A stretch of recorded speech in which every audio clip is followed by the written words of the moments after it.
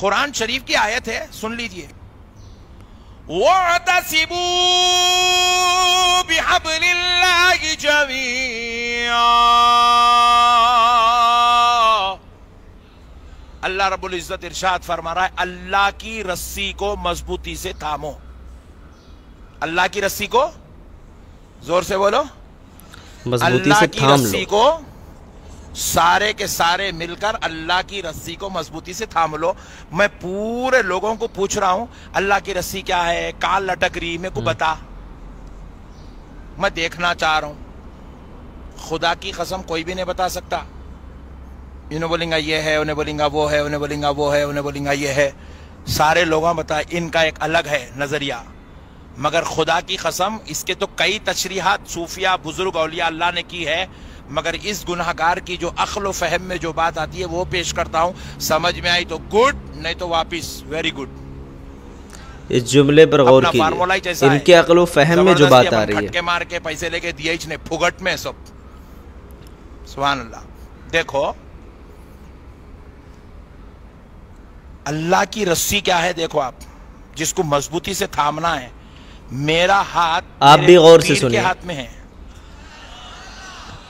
میرا ہاتھ استغفر اللہ، پیر کے ہاتھ میں ہے، اور پیر کا ہاتھ ان کے پیر کے ہاتھ میں ہے، اور ان کا ہاتھ ان کے پیر کے ہاتھ میں ہے، ان کا ہاتھ ان کے پیر کے ہاتھ میں ہے۔ یہ رسی بن رہی دیکھو آپ، ایک ایک گھٹی بنتی نہیں، یہ اس کی کوئی توضیح نہیں ہے، بس ہوا میں فائرنگ ہو رہی ہے۔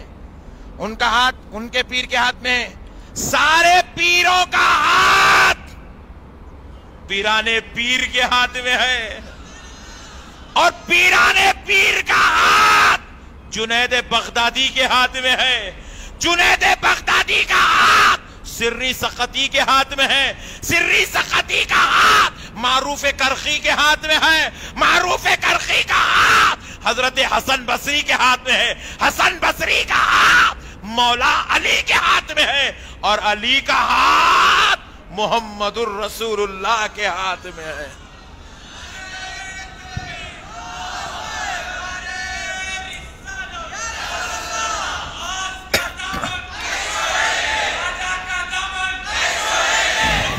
یہ جناب اللہ کی رسی سے کیا مراد لے رہے ہیں؟ آپ نے تو سن ہی لیا ہے، یہ کہہ رہے ہیں کہ اپنا فارمولہ ہی ایسا ہے۔ میرے بھائی میں آپ کو بتا دوں، شریعت میں قرآن و حدیث میں اپنے گھر کا بنایا ہوا فارمولہ نہیں چلتا ہے، یہ قرآن و حدیث ہے، یہ قرآن و سنت ہے جناب، یہاں اللہ اور اس کے رسول کی باتیں چلتی ہیں، یہاں سلف صالحین کے نقش قدم پر چل کر کے جنت مل سکتی ہے، یہاں اپنے گھر میں اپنی مرضی سے بنائی ہوئی کوئی شریعت، کوئی قانون نہیں چلتا۔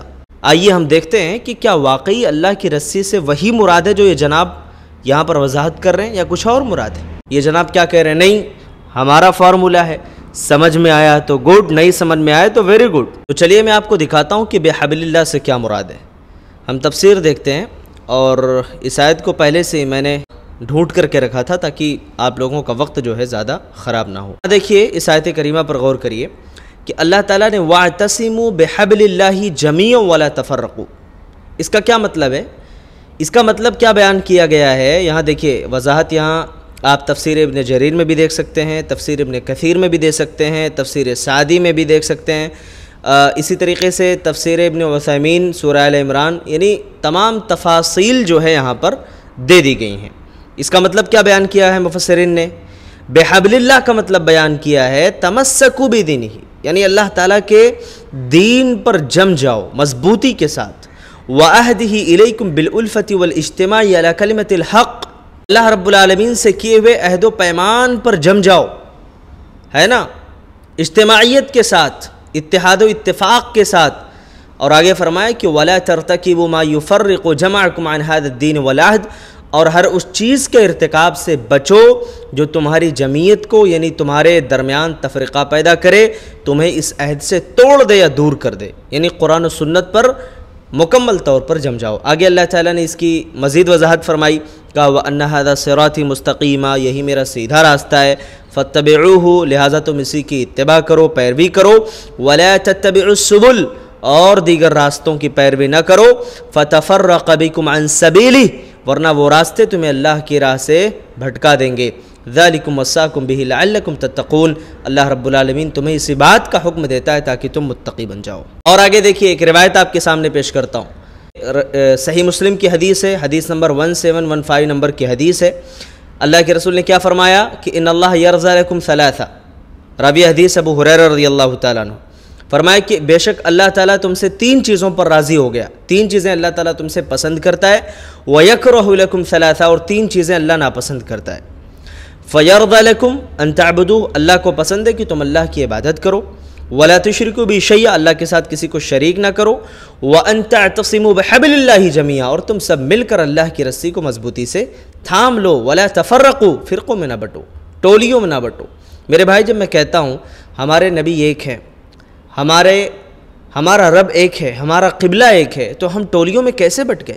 اس کا مطلب ہے کہ ہمیں بانٹا گیا ہے، ہمارے درمیان تفرقہ پیدا کیا گیا ہے، تو اس لیے ہمیں اتحاد و اتفاق کے ساتھ رہنا ہے، محبت کے ساتھ رہنا ہے، اللہ اس کے رسول کے بتائے ہوئے پیغام پر چلنا ہے، کسی اور تیسری چیز کو فالو نہیں کرنا ہے۔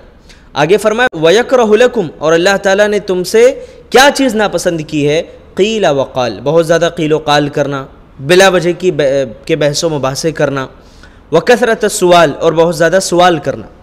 دیکھیے سوال 2 طریقے کا ہوتا ہے، ایک سوال برائے سوال ہوتا ہے اور ایک سوال برائے عمل ہوتا ہے نا؟ تو سوال برائے سوال نہ کریں، سوال برائے عمل ہونا چاہیے۔ وَإِضَاعَةَ الْمَالِ، اور اللہ تعالیٰ نے بلا وجہ مال ضائع کرنے کو ناپسند کیا ہے۔ قرآن میں بھی اللہ نے فرمایا، کیا کہا کہ ان المبذرین کانوا اخوان الشیاطین، بے شک فضول خرچی کرنے والے کون ہوتے ہیں؟ شیطان کے بھائی ہوتے ہیں۔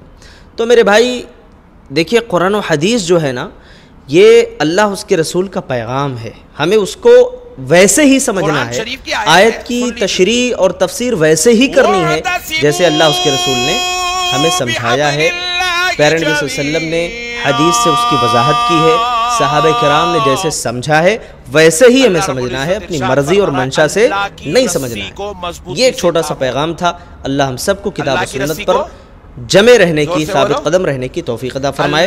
السلام علیکم ورحمۃ اللہ وبرکاتہ۔